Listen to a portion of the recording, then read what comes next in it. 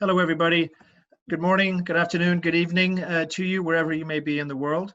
My name is Chris Willis, and I'll be your host today. I am the Managing Director of Latitude Consultancy with a specialist focus on government advisory and program delivery. Today, we're going to be talking about the Citizenship by Investment program in Grenada, and we're delighted to be joined by the Honourable Peter David, Minister of Foreign Affairs for Grenada, Mr. Percival Clouden, the CEO of the Citizenship by Investment Unit in Grenada, and Mr. Warren Newfield, the Director for Kimpton Kawana Bay, one of the cutting-edge developments available in Grenada. Quick summary about ourselves here at Latitude. We're headquartered in Jersey and the Channel Islands, and we've got over 12 offices around the world, including important hubs such as Dubai, Brazil, Vietnam, etc. And our main focus is on private client services. So we're assisting people who are looking to obtain an alternative residency or citizenship. And you'll see that we've been helping over thousands of people since 2013 achieve this goal.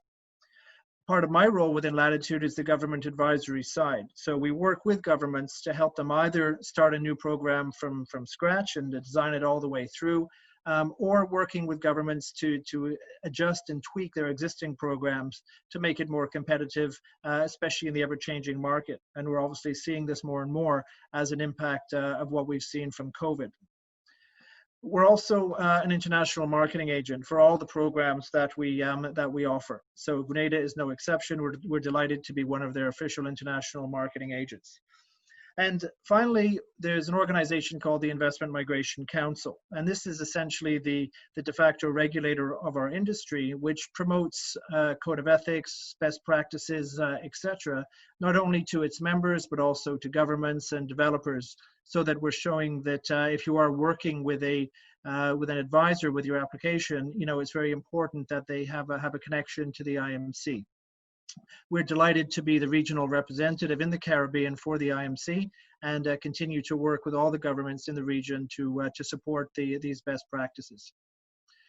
So why is it people would look at getting an alternative residency or citizenship? And we're going to look at these options and then we're going to see why Grenada and what unique offerings this will have. One of the key ones is mobility. There are many people around the world who come from a country where their passport does not give them much visa-free access when it comes to travel. We have nationals from some countries that give you as little as 35 countries where you can go to visa-free. Many of them are under 100, but the programs in the Caribbean, are in excess of 140. So it opens up a mobility option for these people.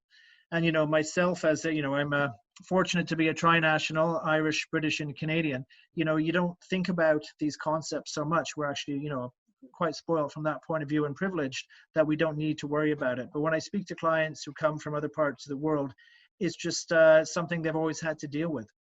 And so having this increased mobility can be a significant impact on their lives. For security as well, there are many countries in the world that, in periods of conflict, have social issues that make people want to consider relocating. There's, we do a lot of work in Brazil, for example, where people are looking at, having greater security for their families, especially when they have to send their kids to school in an armored vehicle. That's not a quality of life that people want to continue with. So they are looking at other reasons for having an alternative residency or citizenship. Quality of life, this is a general term, but it touches on so many different points. Not only, the security and mobility that enhances your quality of life, but just giving different options, for the families to make sure they can do what they want to do and not be forced to live a certain lifestyle based on their country of citizenship. Education, you'll see later in the presentation, we're going to talk about St. George's University in Grenada, which is, a wonderful US accredited overseas university, medical university.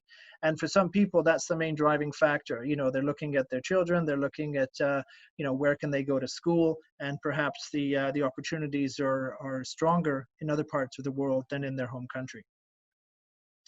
For business, other people, business people out there looking at, having an extra hub, different markets that they can set up and, develop that business based on having that footprint in the Caribbean. Retirement, obviously the Caribbean, beautiful warm weather, lovely beaches, and all the things associated with that. When people are at that chapter of life where they want to kick back and enjoy, then there's no better place in my mind anyway than the Caribbean. And tax planning, you'll see there's some incentives, to be a resident in Grenada that might be attractive to certain people. And so it's just, people who may have complicated situations and coming from high tax jurisdictions may be wanting to lower their tax burden, and there may be opportunities to do that by being a citizenship of another country.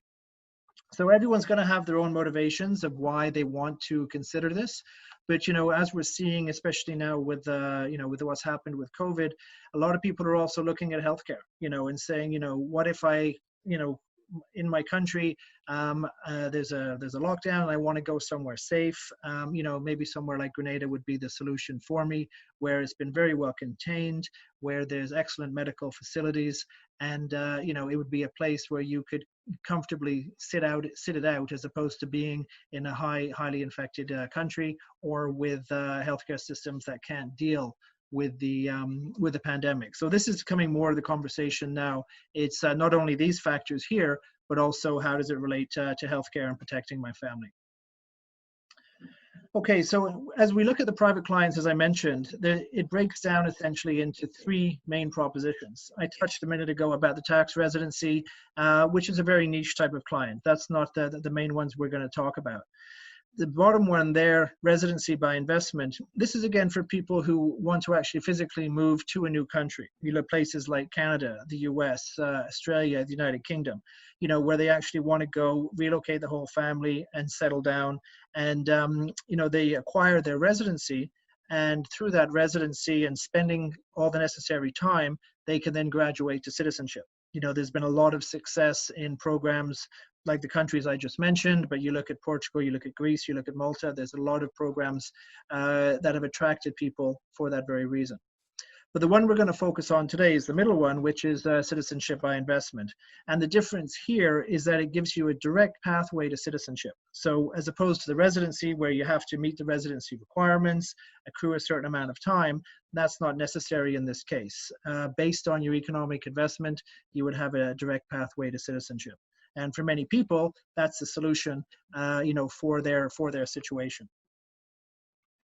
Let's look at the island of Grenada. I'm privileged. I lived there for just over a year, and I was involved with, with the government of Grenada at the time to help reposition their program. And many of the changes that have, have come from, many months of consultation, and we're very excited with how they've positioned themselves. You can see some of the highlights here. Visa-free travel to over 143 countries. Very important to note the last two there, China and Russia. Not every country has that privilege, and especially with China. Grenada does have that unique privilege for its citizens to be able to travel visa-free to China. Of course, you've got some of the standard ones, Singapore, Schengen, and the United Kingdom. But as I mentioned before, if you're coming from a country that doesn't have these agreements, you're always applying for visas. You're always having your passport tied up at an embassy or consulate. So the flexibility and the convenience that this citizenship will give you, can't be measured, for people who are used to having to deal with this. Now, one of the interesting things here is that Grenada was able to expand its definition of a dependent. So typically, traditionally, I should say, when an application is made, it's the husband, the wife, the two kids, right? But now, under Grenada's program, not only can you include your parents, you can also include siblings. So, as long as they're not married and have no children, then you can include them in the application. You can also include adult children up to the age of 30. Now, traditionally, this would have been up to the age of 26, and we would show that they were in full-time education. So for example, they're at university, so they still have a financial dependency on the principal applicant. But this has now changed, and it's been expanded so that, that adult child up to 30 can be included, and they do not need to be in post-secondary school. I'm a father of a millennial, and I could say you may have some millennial kids, living in their parents' basements, that can now qualify and be included on the application. Then you have the E2 treaty with the US. This is a very unique component of the Grenadian program because Grenada has this treaty, which essentially means that in order to apply to the United States under the E2, you must be a citizen of a treaty country. And there are many large countries that do not have this privilege. You know, countries like Russia, like Brazil, like South Africa, they're not treaty countries.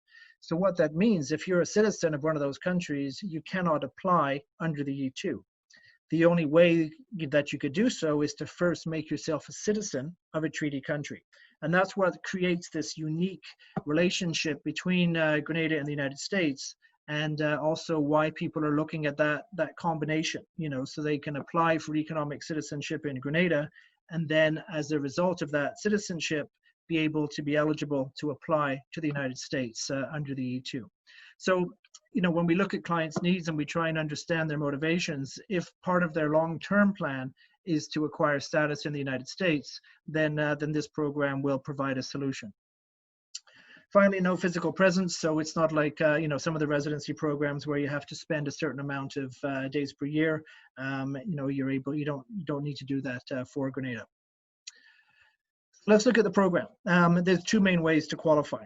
The National Transformation Fund is the donation or contribution option, which basically means you can see very clearly from the slide, if you're a single applicant, the investment is 150,000, and then that would go up proportionally based on the size of your family. So if you're the applicant spouse, 2 children, it's 200,000, and then for each dependent, it's 25,000. But what we're going to focus on a bit more today is the real estate investment. So the way this works is that the minimum investment threshold is 220,000 US. And then there's the developments that are eligible have been pre-approved by the government of Grenada through their Citizenship by Investment Unit. So that means they've been pre-vetted to make sure that there's a quality control of the investment, and the developer will have certain thresholds that they have to adhere to maintain that privileged position. So I'm not going to take away from the presentation we'll see from Warren later on, but we'll be focusing on the Kimpton Kawana Bay and all of the investment opportunities that are available there. So if we look at the contribution under the National Transformation Fund, we just put a very simple table here. You can see that when you add in the due diligence fees, application fees, bank fees, etc., there's quite a difference in price when it comes to a single versus a family of 4. But again, always important to note, you know, how it will impact the size of your family. And as I mentioned, if you've got a family of 5 or more, then that fee will also go up proportionally. So there is that's the level of investment you'd be looking at under the contribution fund. Under the real estate, however, you can see the numbers are higher, but of course you're making an investment as opposed to making a donation, which essentially is you're donating the government the funds and you're not getting a return. Your return is your economic citizenship. There's a different role here. You're paying a little bit more, but you're investing into an asset. So you can see a lot of the similar fields are in place in terms of the investment. The difference being you've got the donation, the application fees of 50,000, which will increase the overall cost. But you'll see there's not a big difference between the single and the family of 4, as we saw with the fund. So the process is actually quite straightforward. So the first phase is when we're preparing the application. So once you decide, look, Grenada's for me, I want to do this, then we first have to go through some background verification, so due diligence checks on the applicant. And then there's a process of client agreements and gathering all of the supporting documents. So you're going to have to get all of your civil documents, birth certificates, marriage certificates, passports, etc. Evidence of your source of wealth and your source of funds. All of this will need to be provided to be able to submit an application. And if you decide to go down the real estate route, then you've got to have a separate agreement with the developer. So you'll have your own purchase and sales agreement, which would be included with your application. So that then takes us to phase two, where we submit the application to the Citizenship by Investment Unit. Now, the unit is the government body on island that receives and processes and makes recommendations for approval for these applications. And we're going to be speaking to the CEO of Grenada's Citizenship by Investment Unit later on, Mr. Percival Clouden, who will be able to give more insight on what happens for files when they get in. So you'll go through their process. They will also do higher levels of due diligence.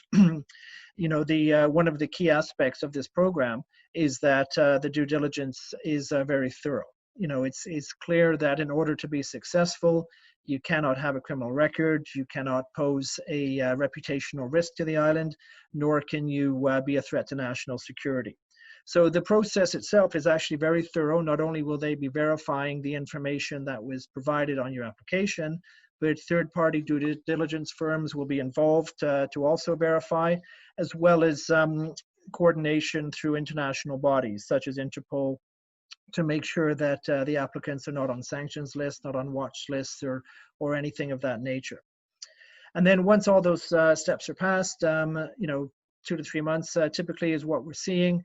Then the final payments are made. You're then issued what's called a certificate of registration as a citizen of Grenada, and then based on that, you can apply for the passport, you know, which is all taken care of for you on island. So the process is, you know, quite straightforward. You know, beginning to end, you know, 4 to 6 months is a reasonable timescale. And, you know, we're here to obviously assist you with that, maintain our working relationship with the government to ensure that, that your application is successful. So now I'm going to hand over to Warren Newfield, who is the developer for Kimpton Kawana Bay, and he can give you a lot more detail about the development itself, the opportunities, and why you would want to consider this as your investment of choice when applying for economic citizenship in Grenada. Warren. Chris, thank you very much for that warm introduction. It's a real honor to be to give a presentation on Kimpton Kawana Bay. We've worked very closely with Latitude since the company's been formed, and they've been really wonderful partners in promoting Kimpton Kawana Bay. A little bit about the project. This was conceived several years back when, after traveling many times to Grenada, I realized there was a tremendous need for a high-end branded hotel. And when I was able to purchase the site on Grenada's beach, which without question is one of the top beaches in the world, and particularly this site, which at the very end of the beach, which has spectacular views, I was really excited by it. And hence we're now well underway in terms of making this project a reality. It's one of several projects that we're building in the Caribbean, but I'm truly excited, firstly being a Grenadian and being able to bring this project to fruition in my country. So without further ado, let me go through my presentation and give you more background on the project and the opportunity.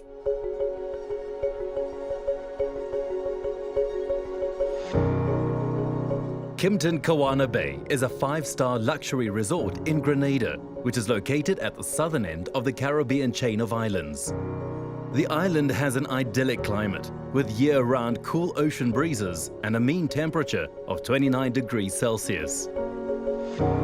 Grenada boasts a strong export and tourism economy and is home to St. George's University, one of the world's largest American accredited medical schools.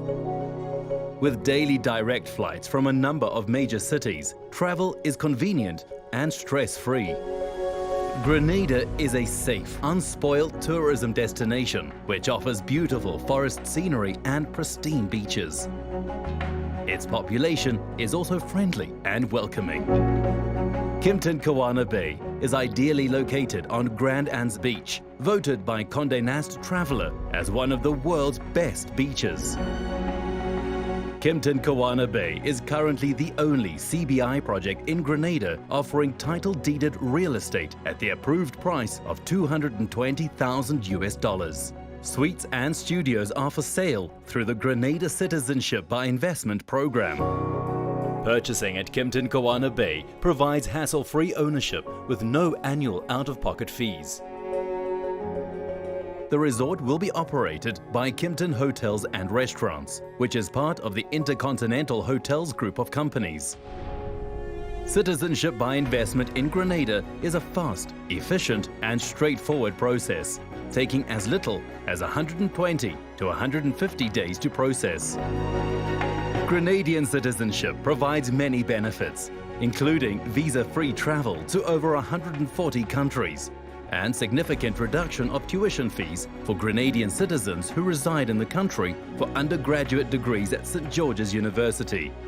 Grenada has a source-based income tax system that does not tax worldwide income, nor do you pay any wealth, gift, inheritance, or capital gains tax.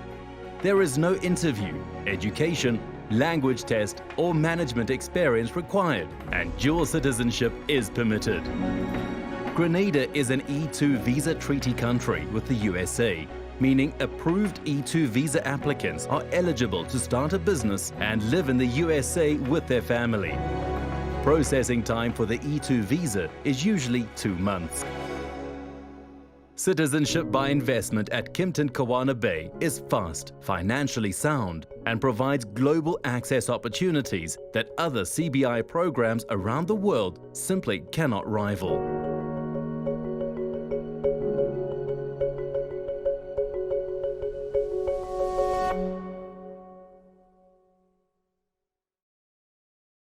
A little bit more about the project. Kimpton, which is a very high-end boutique brand, part of the Intercontinental Hotels Group, as I mentioned previously, located on Grand Anse Beach.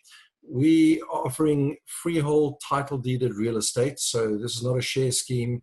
Each person actually has a title deed as part of a condominium.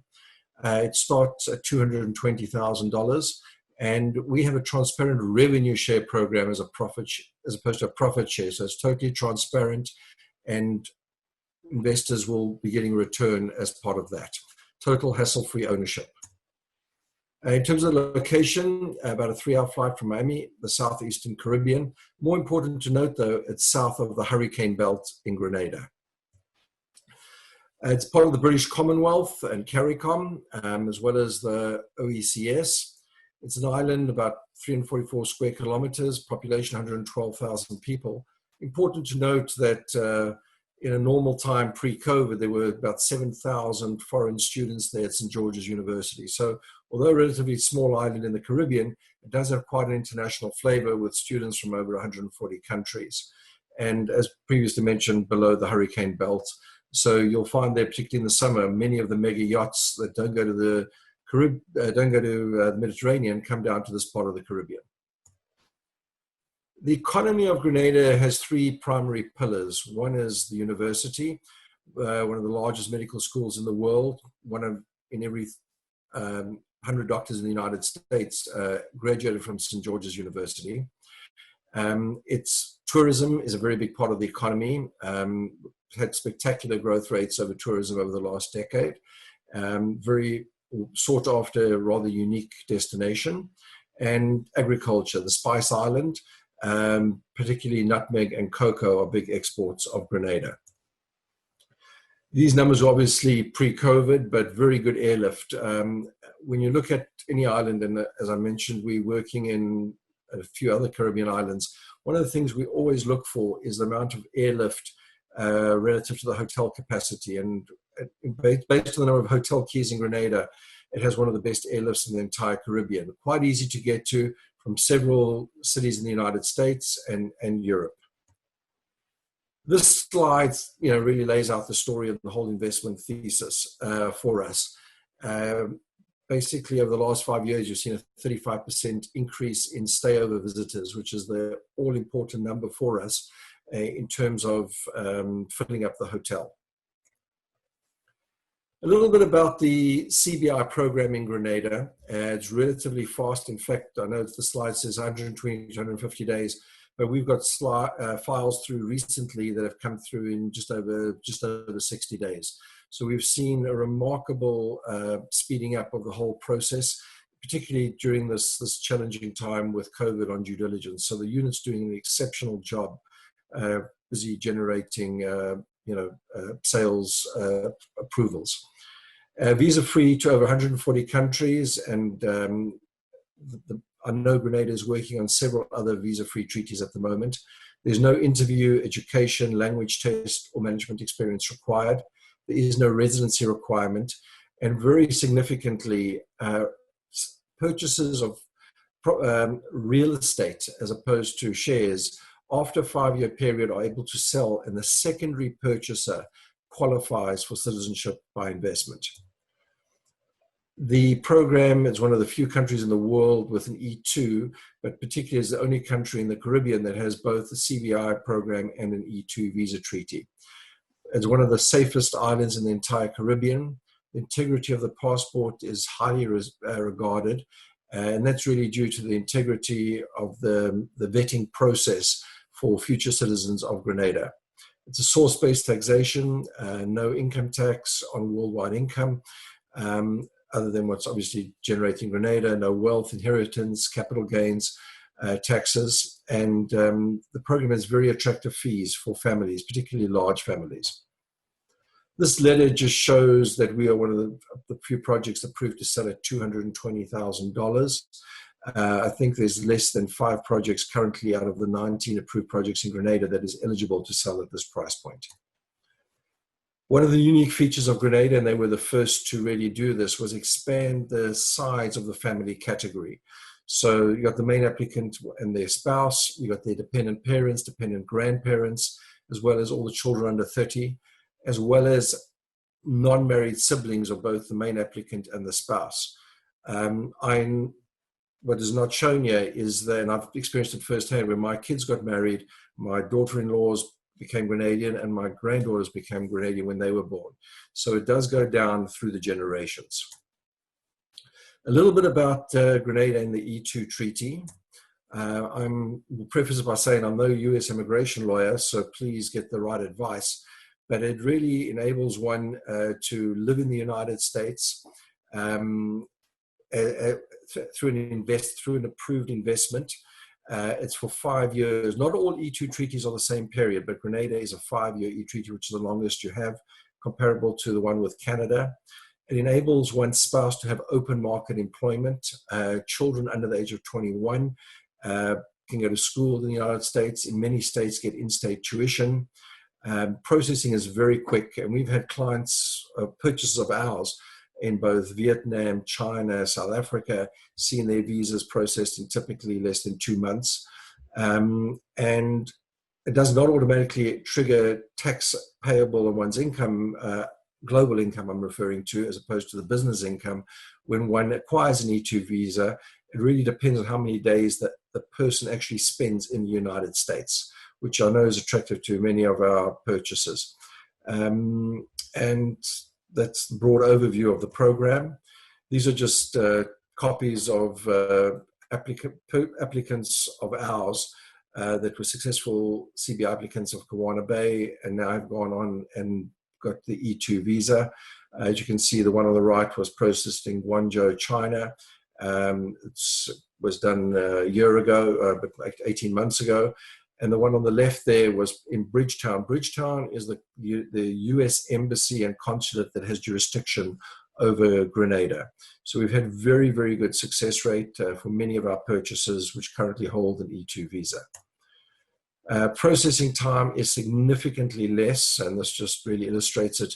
And it really depends on the jurisdiction of the applicant's country of birth, which influences that timeline. China is well in excess of 10 years.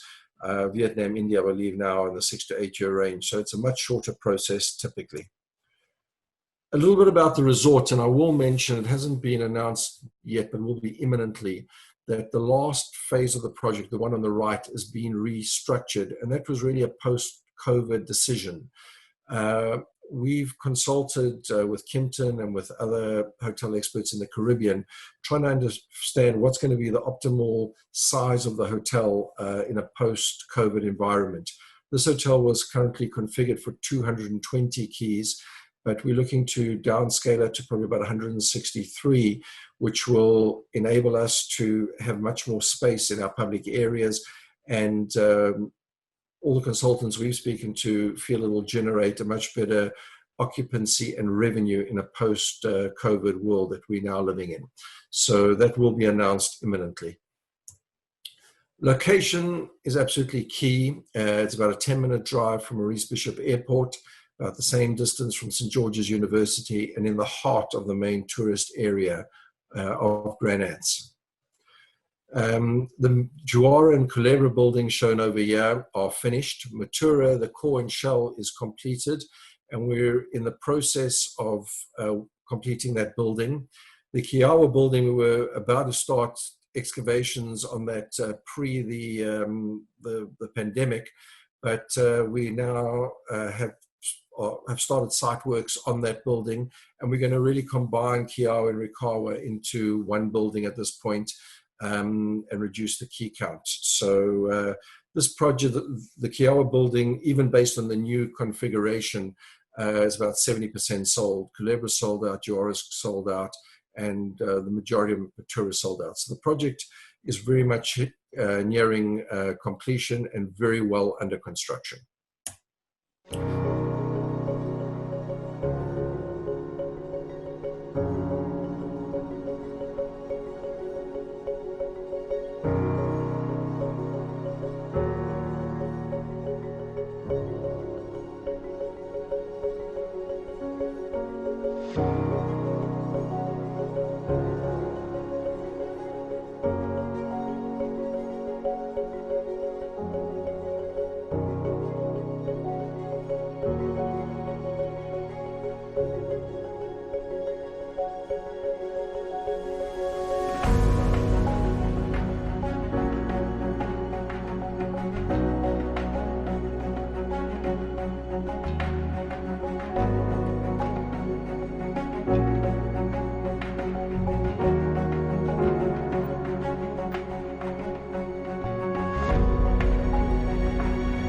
So that was the construction as of July, keeping in mind that we were forced to totally shut down construction for 2 months in Grenada. And since opening up construction, we are on a much slower pace than we would have liked, but that's really restrictions in terms of the number of people allowed on the site. So we're currently the only project, CBI project in Grenada, that's under construction post the pandemic. We are on the right there, on the top right, where you can see the construction site office. That excavation work has started up now, and we're preparing for the final phase of the project, which we expect to break ground on as soon as we've finished with the excavation over there. So we're excited with the project. Spectacular view, as you can clearly see there, and very, very well under construction. Just some more pictures over here. This was a visit in September last year when the Prime Minister came to see the model room, gave him a little memento from the project. For those of you who are not familiar with the Kimpton brand, it's owned by Intercontinental Hotels, one of the largest hotel groups in the world, basically 5,800 hotels, many more in the pipeline, and very significant, it has the IHG Rewards Club, which basically helps fill up occupancy in the low season.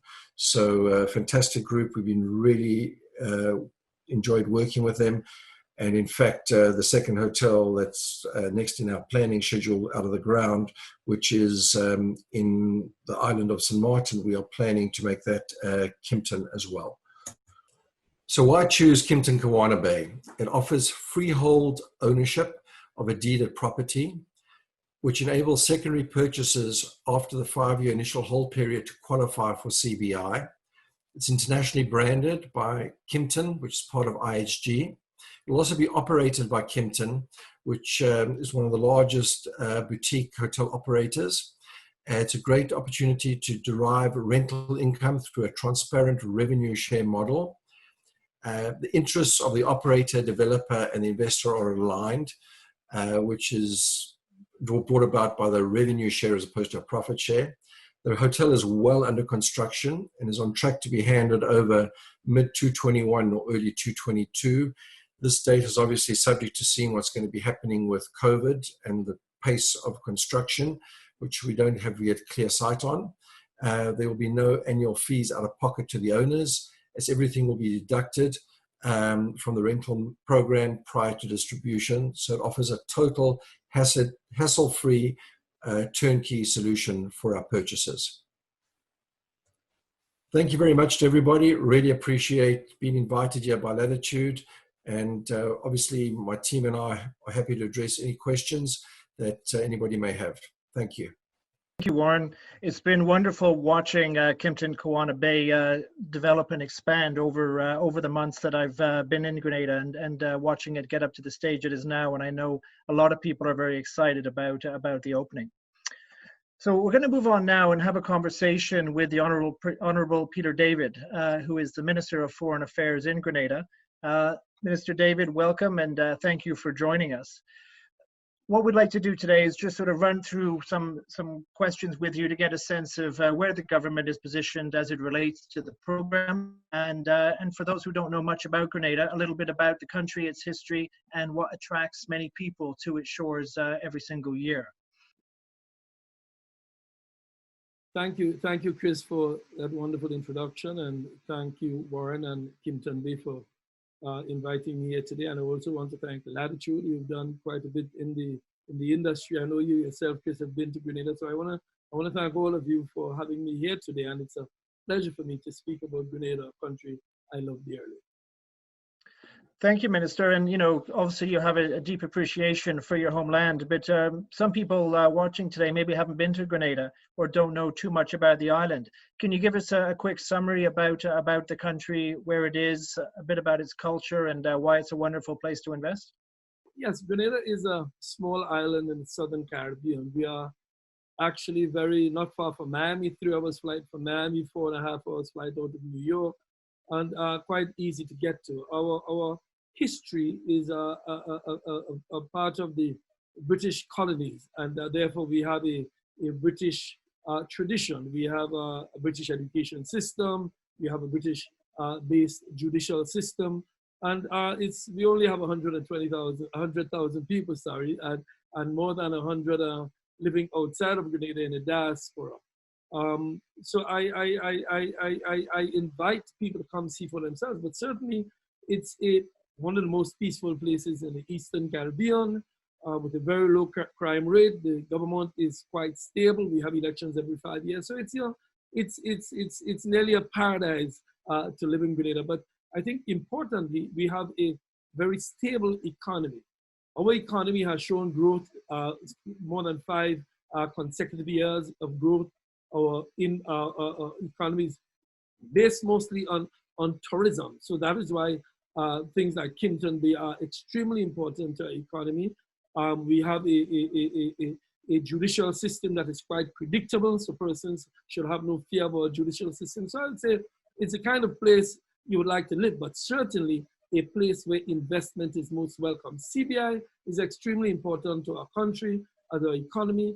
We have incentives for developers, persons who are interested in investing in Grenada can have serious incentives from the government. The bottom line is that we in Grenada welcome persons to become citizens. We provide incentives for them to invest. Kimpton Bay is a wonderful project that we have, the government absolutely stands behind, and we have a stable economy, very stable political environment, socially peaceful, the kind of place that you not only want to invest, but may want to come live at some point. Absolutely, and I can certainly echo that, you know, from the time that I've spent there, and I can attest I can certainly get one of the best goat curries in the Caribbean, you know, so it's always a pleasure to visit. And you know, you touched on the Citizenship by Investment program in Grenada, where you know, we've seen over the last couple of years you know, a lot of dynamic changes, you know, most recently with the expansion of the definition of a dependent, etc., to really make the program very competitive. What's the view of the government as it relates to the CBI program, and going forward with respect to its importance to the country and finding ways to attract more investment? Well, CBI for us is one of the most important ways of attracting investors into the country. And therefore the government stands fully behind CBI. We have a very solid CBI program. We try to maintain its integrity. I like to call it the Ferrari of the CBI programs in the region, because we pay attention to 2 things. One is due diligence. We ensure that proper due diligence is done to maintain the integrity of the program, not just for us, but for any Grenadian passport holder. So the Grenadian passport holder will feel confident that passing through any customs or immigration anywhere in the world, they will be treated kindly because of the integrity of the passport. But importantly also, we have developed the speed of the program, the efficiency of the program, the incentives by way of orienting the program towards attracting families. Families can come, it's a very family-oriented program. So for us, our CBI program is because of its necessity, we have done everything to ensure that it pleases those persons who want to become citizens, both with its speed and efficiency, but also with its attractiveness in terms of pricing. But also, I will say that because of the importance of tourism to our economy, we pay even more emphasis on those aspects of the program that encourage investment in tourism. That is why we're happy to have you, Latitude, working with us, but also, and importantly, Kimpton Bay, because of its investment in tourism, they play an absolutely critical part in the development of the country, and they form part of the pillars of our developmental process. Well, absolutely. And as Warren said, you know, there's that need for more room keys to attract more and more people to the island. So these types of developments are critical. Absolutely. And we work with Warren quite closely on that. And you know, if you go to the project yourself, I mean, I can talk for days about the Kimpton project, but if you go to the project, it's located on one of the best beaches in Grenada and USA in the Caribbean. It has one of the best positions on that beach. And if you go to it now, you can see the buildings going up. So we are quite happy that soon we'll be able to turn a key and go into the Kimpton Bay Kawana in St. George's, Grenada. Okay, wonderful. I mean, and the Kimpton Kawana Bay is, you know, has been a great success story. Can you comment a little bit further in terms of the evolution of, you know, as you say, the great positioning there at by Grand Anse, and you know, overlooking the whole bay is phenomenal. Can you talk a little bit more about that project and its impact on the program, but also you know, in terms of investment into the country? Well, several things. One is the project is under construction. So there are many jobs being provided. Now, if you go to the site, you will see hundreds of workers involved in the construction of the project. Looking down the road with the future of the project, we are looking forward to the days where hundreds of Grenadians will be employed at the hotel. And in addition to that, in terms of attracting Grenadian citizens to invest, it's also another way that persons can come invest in Kimpton, but also come to Grenada and they find other opportunities that they can invest in Grenada. So the project has many dimensions, and we're quite happy with the speed with which it was done, the efficiency with which it was done. So Kimpton Kawana Bay for us is a project that not only do we welcome, but we absolutely confident that that project will mean a lot for us, and certainly mean a lot for those who invest in it themselves. Wonderful. And you know, the program in Grenada is quite unique in that it's the only citizenship by investment program in the region whereby the citizenship allows you to be eligible for the E2 visa into the United States based on the treaty agreement. Can you expand, obviously, as you know, your role as Minister of Foreign Affairs, how is that treaty working with the US? Are you finding that's one of the main attractions of why people are considering Grenada? We have absolutely excellent relations with the United States. The treaty came in 1983, and certainly it reflects the relationship we have with the United States, and it was signed in 1983, and it has continued uninterrupted since 1983. Our relations remain solid. We have, in fact, we have more Grenadians living in the United States than living in Grenada. So the relationship is not only one of at a diplomatic level, but it's very intimate to Grenadians. So we are confident that this program will continue. We've had no difficulties with it over the years, and quite frankly, there have been unprecedented success with E2 applications over the last several years. You know, so there's no threat to it, there's no difficulty with it, and our relations with the US continues unabated to be quite solid and very cordial. And movement between the US and Grenada is quite easy. We have flights every day, several flights out of New York, out of Miami, out of Atlanta into Grenada, and flights into the US from Grenada. So the E2 treaty is solid, it's stable, and as is the relationship with the government of the United States. Wonderful. And one of the unique aspects as well is the visa-free relationship with China, which is, you know, one of the very few out there. And I think, you know, that's something that maybe people aren't aware of. And to expand on that, are you working with any other governments to expand your list of visa-free countries at the moment? Absolutely. For us, visa-free is important, not only because of its importance to CBI, but it also reflects the level of relationship that we have with several countries. Visa-free to China, as you say, very unique for this part of the world. Visa-free with Russia, visa-free with Schengen countries, with the United Kingdom. So we do have extensive visa-free to over 140 countries. As we speak, we are working with visa-free to several African countries, several Asian countries, and we have several of them that are about to be signed, and some that we are still discussing the modalities of getting it done. So yes, visa-free for us, like I say, it's important for ease of travel, but it's also important because we want to encourage people-to-people relations with all those countries. Therefore, as foreign minister, I lay much emphasis on ensuring that we can have more and more visa-free. Hopefully, maybe we go up to 190, nearly all of the United Nations countries in a few years. Yeah. Well, very well said, Minister, and I do thank you for your time today. I know you're a very busy man, and I know you won't be staying with us for the question and answer period due to other commitments, but I just wanted to, on behalf of Latitude, on behalf of Kimpton Kawana Bay, to thank you for taking the time out of your busy schedule to speak with us today. Can I thank you also, Chris, and thank Warren, and thank Kimpton Kawana for my having this ability to discuss with potential Grenadians out there. I also want to say to Latitude to continue to work with us. We are going to, as I said earlier, provide the kind of program that attracts as many persons as possible. We do welcome them as citizens. I am also Minister for Diaspora Affairs, which means I represent all Grenadians in the diaspora. And I urge as many of you out there to become citizens of Grenada. And on behalf of the Prime Minister and the government and people, I welcome you to Grenada. Thank you, Minister. So we've heard all the wonderful things about Grenada, from the island itself, the investment opportunities, and obviously the opportunities at the Kimpton Kawana Bay. But we still have to get you through the system. So we're very privileged and honored to have Percival Clouden with us today.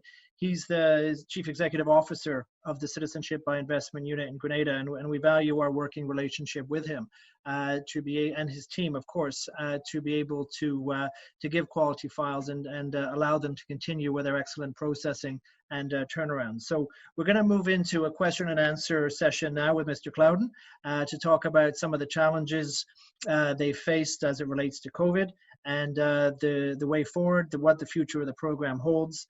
And we'll also be able to answer your specific questions as it relates to the processing and anything to do with the Kimpton Kawana Bay, with the program in Grenada, or where to get the best goat curry in Grenada. So those are the things that we'll talk about with our Q&A. Hi there, Percy. Hi. Everybody's here. How are you, Sorry, Chris?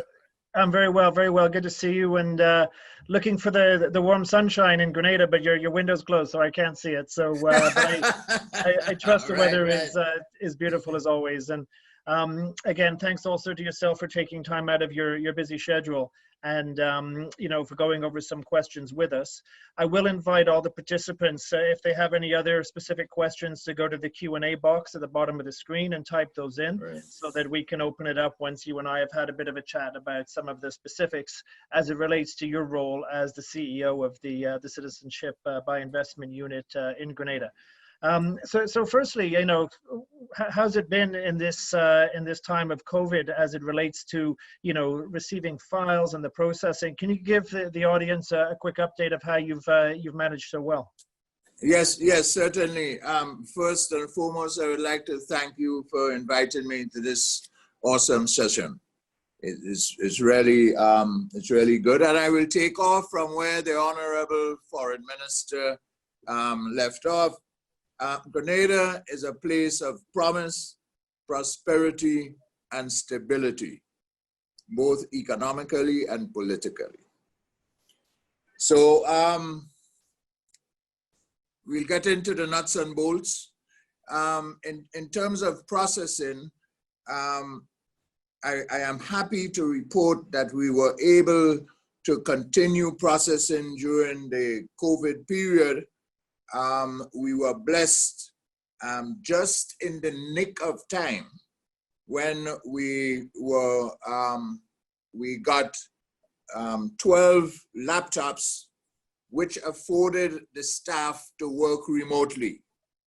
And we did it, we did it very quickly, and everyone was set up at home for the shutdown. So we were receiving applications online and we processing online.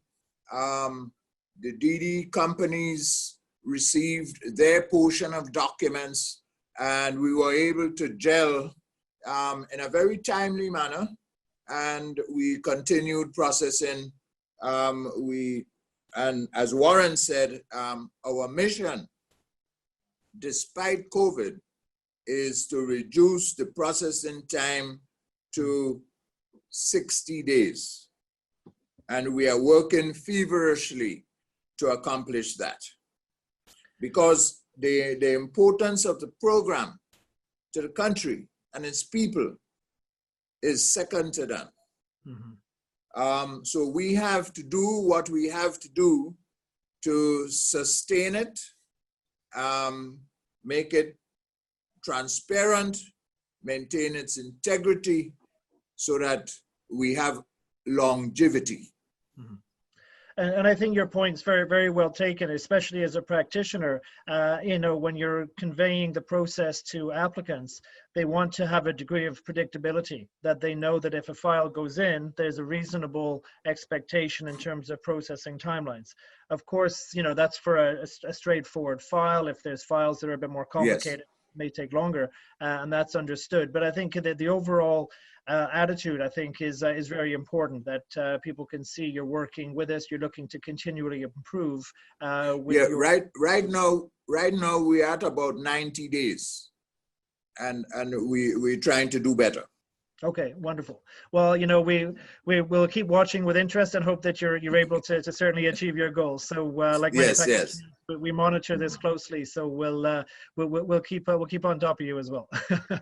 Right. Certainly.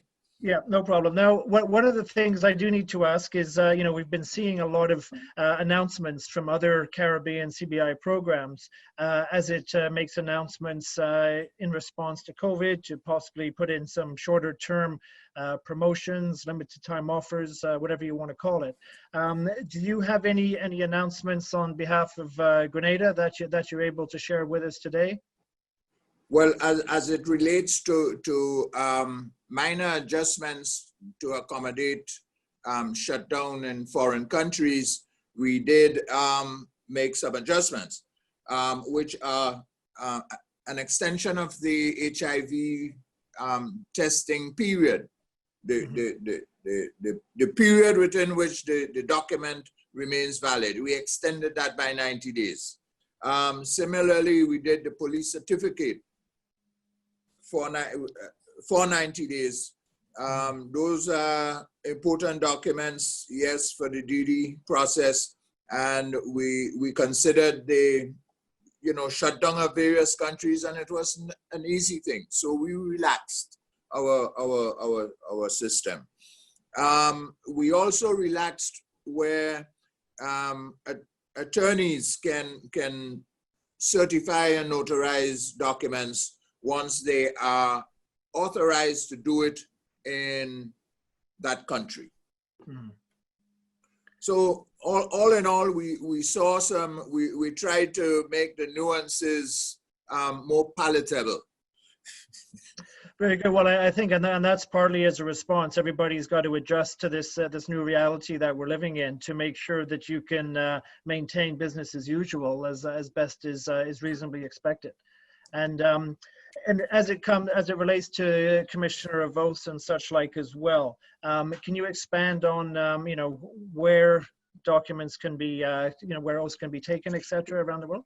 Yes, we have approximately 12 embassies and consulates around the world, and the Attorney General recently made some appointments of the staff in the ambassadors and consul generals, etc., authorizing them to do to be commissioners of oath. Mm-hmm. And that's in China, United Kingdom, United States, New York, Florida, Venezuela, the Russian Federation, Republic of Cuba, Canada, UAE, and Trinidad and Tobago. So there's, because we have a very international audience today, so there's a whole cross section there, which Yes. again is another step forward to be able to make the process as easy to use as possible. Exactly right. Exactly right. And it's, you know, it was always important to see Grenada was sort of leading the way going back a few months now in terms of the expansion of the definition of a dependent, you know, and we've seen, variations of that be adopted by other CBI countries in the Caribbean. There is one area that bears some clarification as it relates to the dependent child under the age of 30, where it's clear they don't need to be in post-secondary education. Is there an element that they need to show a financial dependency on the principal applicant, or is it purely based on their age and their relationship to the principal applicant? It's purely based on their age and of course the relationship. 18 to 30, anywhere between 18 and 30, and there's no requirement, as you said, to be enrolled. Well, obviously, if they're not income producing, they have to be dependent on the parents. No, I would add that we also took the perspective of being a family-oriented CBI unit, and we encourage parents and grandparents, so that we keep the family together. Yes, and just for clarity, you mentioned revenue earning. So the dependent child under 30, if they're working and or essentially self-sufficient, they can still be included. Is that correct? Yes. Yeah. Yes. Okay, good. I just wanted to double check on that, because that's been an area a few people have been asking on, and certainly we're getting lots of questions coming in. So we'll obviously try and respect our timelines as best we can, but we've got about 30 odd questions coming in online, so we'll try and get through as many of these as we can, and those that we're unable to for time reasons or such, we'll definitely make sure we address as we send up follow-up emails as well. I did want to also finally, Percy, you mentioned there may be a policy as it relates to stateless people. Can you give us a quick expansion on this? Yes, certainly. We saw the need. We had a few applicants, and we decided to engage in determination on a policy going forward. So a committee was set up from PMO and with various individuals, which met for the last 6 months. And that report is being formulated now, is being completed to be sent to PMO for its blessing. Mm-hmm. So I would estimate on the outside, within 60 days or so, we should have a policy in place on stateless persons. Similarly, okay, we are receiving a couple of applications from refugees. So then we now have to begin to address the refugee status. Yeah. I mean, no doubt they'll have to be properly documented with UNHCR, yes, or a similar body to be able to be eligible. But that's something that's, again, another unique approach from the government of Grenada, and it'll be very interesting to see as that announcement comes out and what the criteria will be. I'm going to go through some of the questions we've been coming in here. Warren, I'm going to bring you in for one question. If people are looking to invest at the Kimpton Kawana Bay, can they pay in installments is one question, which I think I know the answer, but I'll give you the opportunity to reply. Thanks, Chris. As I'm sure Percy will confirm, the rule in Grenada requires that the minimum investment amount of $220,000 be invested at the time the person obtains their citizenship. So by definition, there can't be partial payments. What we have found, though, due to in certain countries that people cannot remit the money in one time. So over a period of a month or two, it can come in various installments. That can be worked. But ultimately, before the citizenship is issued, the full payment needs to be made. Perfect. Anything to add to that, Percy? I think that pretty well covers it, eh? No, that covered it. That covered it. Perfect. And another question is, can we visit Grenada before investing? I'll certainly say anyone looking to purchase and to get a sense of the island, we wholeheartedly encourage you to visit. We know it's not always possible, especially now with the travel restrictions that are out there. But yeah, no, 100%. If you are looking to come out, you'll be very well received and welcomed on the ground to make sure that you can get a proper appreciation of the island, not just, let's say, from the traditional tourist areas around Grand Anse, but to actually get out and see the island and everything that it can afford. So.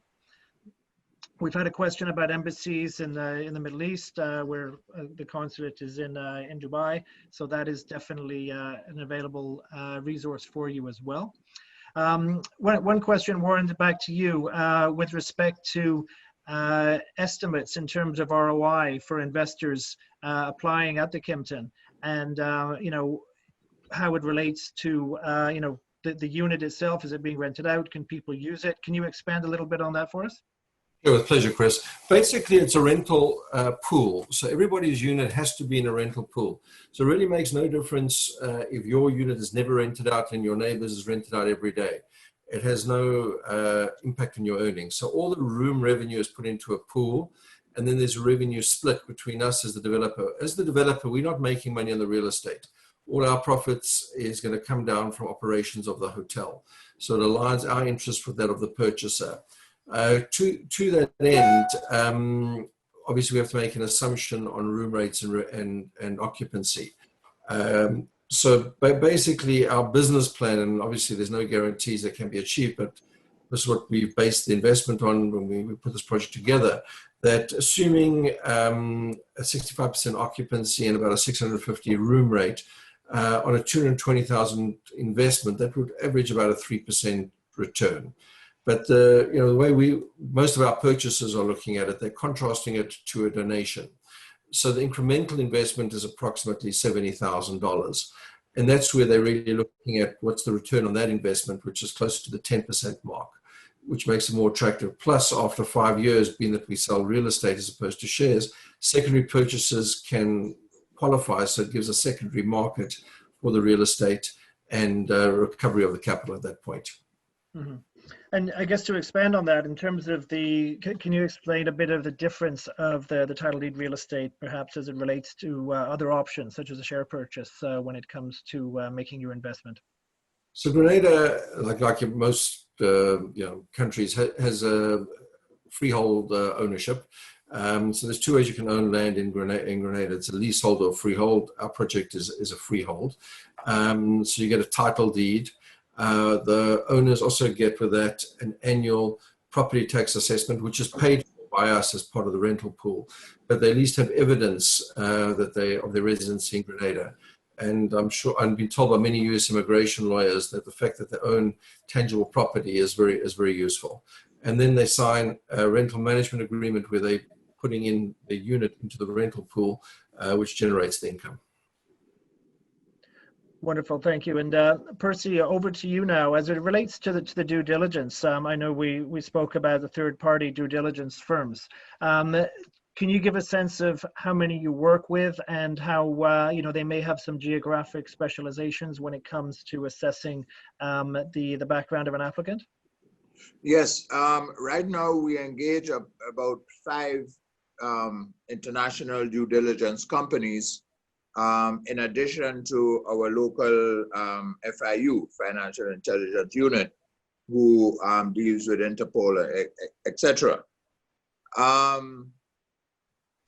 Once we take the application, I'll go back a little to the application.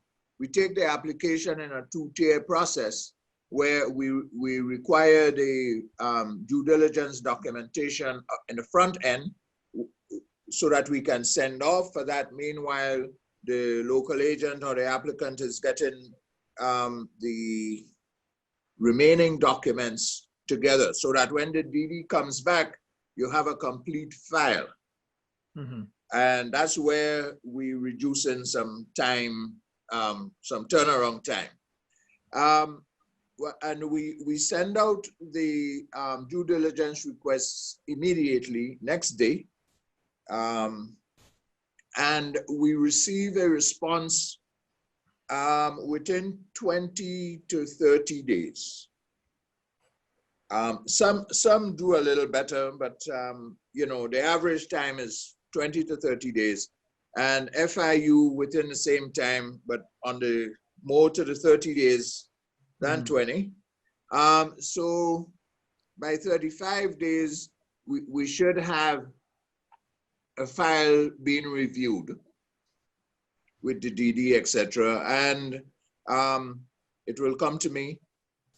I engage some of the staff, we have discussions, and we send it off to committee. Committee is using a round robin system now. It's not, they're not waiting for a physical meeting.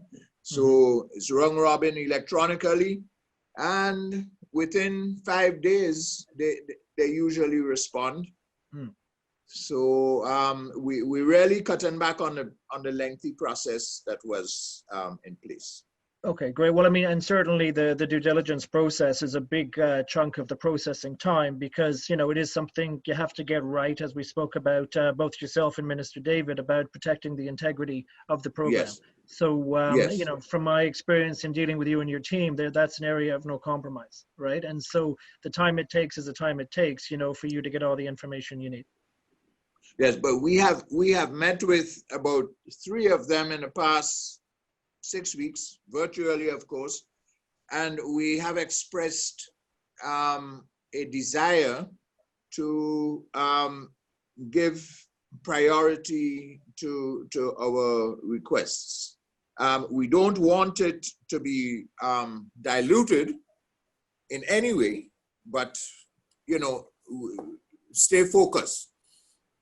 Yeah, no, absolutely. And I guess just as we're sort of been speaking a bit about the impact of COVID, how has that impacted your volumes? Have you seen an increase, a decrease, or substantially the same? What's your view been? It's substantially the same, even with a little upward incline. The files continue to come in, and well, as Kawana Bay is getting into the 3rd phase, we're seeing more activity there. They account for about 57% of our files right now. So there's a heavy push there, and you know, things are, in my estimation, things are looking up. Good to hear. Good to hear. And can you advise on your policy as it relates to any restricted nationalities? So, for example, do you prohibit certain nationals from applying under the program? Yes, Iran, and we received some indication from cabinet, I would estimate a little more than a year ago, that Iran, we should hold off of Iran, and I'm sure some consideration may be given sometime in the future. Perfect, because there's, you know, there's some countries obviously have very clear published lists, and so I just wanted to get clarity to see that if somebody is an Iranian citizen, maybe been living out of Iran for a period of time and funds are outside of Iran, you know, can Grenada be a solution for them? So that's where the question was coming from. Dominica has engaged that philosophy. And if you live out of Iran for 10 years or so and you have no connection, then we'd consider your application. I don't know if our policymakers are ready to go there as yet. Yeah, no, fair enough. And again, it also, as it relates to the banks as well, which is obviously one of the key things, is demonstrating, the source of funds and source of wealth, which we've seen Yes. globally. It's getting through the banking systems as well. So, Yes. I'm just looking at another question here. In terms of and this is in relation to the timescales you're looking to adhere to when it comes to processing. Have you increased your staff? Are you looking to improve your systems, or what's your strategy behind that? We looking to improve the system.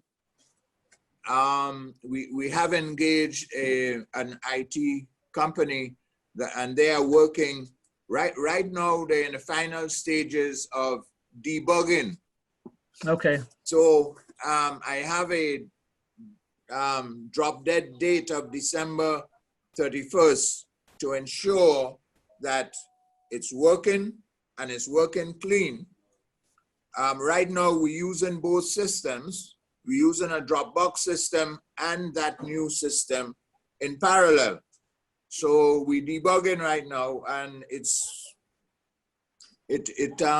promises to be a very good system. Okay, wonderful. I've had a few questions as it relates to the E2, and Warren, I know you've already said you're not a U.S. immigration lawyer, neither am I, and neither is Percy. But Right. Well, one question is, if I'm a citizen of Grenada, do I 100% get my U.S. E2? And when it comes to immigration, nothing's 100%. Obviously, you're reliant on your application that you make to the United States, and to make sure that you meet all the requirements. However, the law is very clear that if you're a citizen of a treaty country, you're eligible to apply. So being eligible to apply doesn't mean you'll necessarily be successful. But one of the things, and I'll direct this to you, Warren, is that when people are looking to apply for citizenship in Grenada, and by virtue of that citizenship make an application to the U.S., we're seeing that the stronger ties or connections or nexus they have to Grenada is important in demonstrating, their genuine intent. Can you comment on what other types of ties or connections ownership at Kimpton Kawana Bay would provide to an applicant? Sure, thanks, Chris. Look, I can only comment, what I've seen with our applicants to date. So far, we've got 100% success rate. Cases where I'm aware of where people are getting rejected is one of two main reasons. They don't use a solid, well-experienced U.S. immigration lawyer, so they try to do things on the cheap. Alternatively, they don't invest sufficient funds into the business. One thing that I've been advised that they look at carefully is the investment substantive enough to support the person, and is it in relationship to, is there sufficient capital in relationship to the business plan? So provided those two things are there, a properly put together application and sufficient capital. The other things that I've been advised people are looking for is the nexus to Grenada. One of the nexus is, do you have a property there? Do you have a tax number in Grenada? But because of our transparent revenue share model, our applicants are able to get a tax identification number in Grenada. And obviously, being that it's real estate, that fixes that problem as well. So I think it really gives a solid case for a good investment for the E2. And to date, we've had, thank God, no rejections. Thank you for clarifying that. And Percy, back to you. A question that if someone is applying, let's say as a single applicant, and they want to apply for their dependents afterwards, after the fact, can you give a comment on two scenarios? One where it's a single person who subsequently gets married or has children, or a single applicant who is married but didn't include their spouse or children on the application and wants to now include them? Well, in the case where they recently got married, they can modify the application, provided that it hasn't gone through 100% process. Okay. They can modify it. And in the case of adding dependents, if let's say newly borns, within 12 months of the date of the certificate, they can add through CBI. I should point out that the administration is wary of applicants who apply in first and be short of their dependents and use the CAP 54 to apply to become citizens. That's not going to fly any longer. There is some legislation that will come out and some conditions, et cetera, to try and minimize that or avoid it. So in conclusion, yes, dependents can be added once the application is not 100% processed in the first instance, and in the second instance, once the newborns, they can file within 12 months of the issue of the certificate. Okay. Chris, if I can just add something there, just for clarification. Sure. So to do that through the CBI, that works exactly as Percy's just outlined. But for example, when my kids got married, which was way past the 12 months where they became Grenadians, it was just an application through the consulate, and that was processed, nothing to do with CBI at that point in time. And likewise, my granddaughters were born many years after becoming a citizen of Grenada. My kids just applied for them, and that came through the normal course when it was already past the year. No, that's good to know. And having that sort of, real experience, certainly, certainly helps bring things together here. So thank you. Well, one question that's come up from a few people is to do with an applicant, let's say from Nigeria, as it relates to the E2. Now, I know this isn't an E2 specific forum, but the question is that if a Nigerian then became a citizen of Grenada, could they then apply for the E2 as a citizen of Grenada? Which, as I understand it, they can. And I don't know if Percy or Warren, you have any comments on this, and I'll certainly verify with U.S. Immigration Counsel that I know some are on this call and others that I can easily reach out to. But my understanding is that, yes, once you're a citizen of Grenada, that allows you to be eligible to apply to the U.S., irrespective of your other citizenship that you may have. As a matter of fact, we've also seen when the travel ban happened, if people had that second citizenship, they could still enter as a visitor during that time. Yeah, Chris, basically, I think a lot of confusion happens in the industry is with EB5 compared to E2. Where EB5 goes on your country of birth, E2 is in your citizenship. So not only your citizenship, the citizenship of your spouse. For example, you might not be from an E2 eligible country, but your spouse is. So she could be the main applicant to that case, even if you are not. Mm-hmm. Yeah. And another question here, which I think I interpret it, is saying, is there an option for people, coming in as an economic citizenship, but is there options for people who want to apply as a professional? Which I believe they're probably referring to work permits and such, like if they're coming in as like a skilled worker, which we see in other programs around the world. I'm not familiar, Percy. I know there's work permits that people can then, apply for to get temporary status, and then depending on time, eventually, get permanent. Again, that might not be part of your mandate, but that's just a question that came up. I thought I'd throw out there at you. Yes, I think the work permit process is the legal one, in this case, and it's throughout the Caribbean. I think all the Caribbean countries, you have to get a work permit to work in that place professionally. And then, as you said, based on time, you may apply for citizenship based on time and conditions. You may get married to a Grenadian. Absolutely, yeah. Well, the other thing too is if you apply under economic citizenship, obviously you're a citizen of Grenada, you can live, work, set up a business, do whatever you like, retire. You have all those privileges that come along with citizenship. So again, just out of courtesy to answer that question, but that's the, it's two separate streams. There's no combo, if you like, between the two. So that's fine. Chris, one of the things that's worth people noting, and it has been covered off in the corner, I see no question on it, but it's quite relevant. As a Grenadian, you can work and live in the CARICOM, which is, I think people should be aware of that. You're not restricted purely to Grenada. You're able to work and live in other Caribbean countries that form part of CARICOM. Yeah, no, good point. Yeah. Good point. And yeah. So gentlemen, as we need to wrap up now, I'll give you both an opportunity for any final comments. Warren, I'll start with you. Any final comments you'd like to make to the audience? Well, I must firstly commend Percy and his team at CBI. They've done an amazing job at speeding up the processing timelines. We've seen the vast majority of our files coming in now at less than 90 days. And especially due to the challenges of COVID that we've all faced, it's been a remarkable accomplishment. So I think it's important that applicants know about that efficiency, and I want to obviously thank Percy and his team for that. Thank you. Thank you, Warren.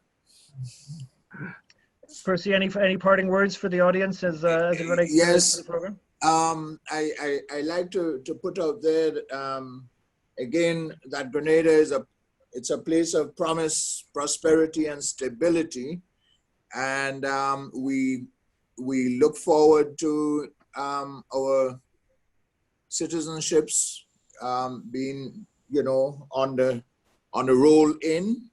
The foreign direct investment is critical to the development of our country, both education and health, and our citizens. We want to improve our healthcare so that our new citizens can also benefit from the improvements that we do here, both educationally, infrastructure, and in total. Wonderful. And as I said, having spent well over a year in Grenada, it's got some wonderful opportunities, not only from lifestyle, from business, from investment. There's much going for the country, and it's one of those hidden gems that people need to get out there and discover. So, well, thank you, Chris. Really appreciate the opportunity to participate in the Latitude webinar, and we obviously would welcome any of your clients that want to visit Grenada. We'll arrange accommodation, tours, really get them a good overview of the country, and always willing to assist any way we can. So thank you, and thanks for the opportunity. Thank you, Warren. And as we wrap up, a thank you certainly to the Honourable Peter David for his comments today, which are always very, very welcoming. I know there were some questions about other visa-free treaties, which unfortunately he couldn't join us for today, but we'll certainly look to get those answers for you.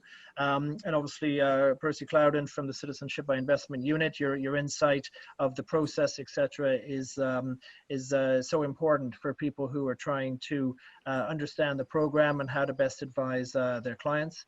And to Warren Newfield from Kimpton Kawana Bay, just to keep us those updates. I think it's great to see, construction is moving, even if it's a bit slower than you may like because of COVID and the restrictions that go with it. But, when people are looking to invest, seeing that, it's not just a rendering, but it's actually happening, and that's what a lot of people need to see, not just in Grenada, but within the Caribbean, where we've seen different levels of construction on different programs. So, and then I think I think the screen's maybe going a bit wonky, but you've got my contact information on the screen there. Some people are asking, how do we get in touch? You have our emails that were sent out to you when you registered, and thank you for registering. And my email, if you can see it there, is christopher.willis@latitudeworld.com. But we'll be sending out a thank you email to everybody, including the PowerPoint. I know some of you were asking for the presentation because of all the information that's provided, and I believe my email's also been put into the chat box as well. So I just wanted to say thank you again to everybody. Stay safe and well during these unprecedented COVID times.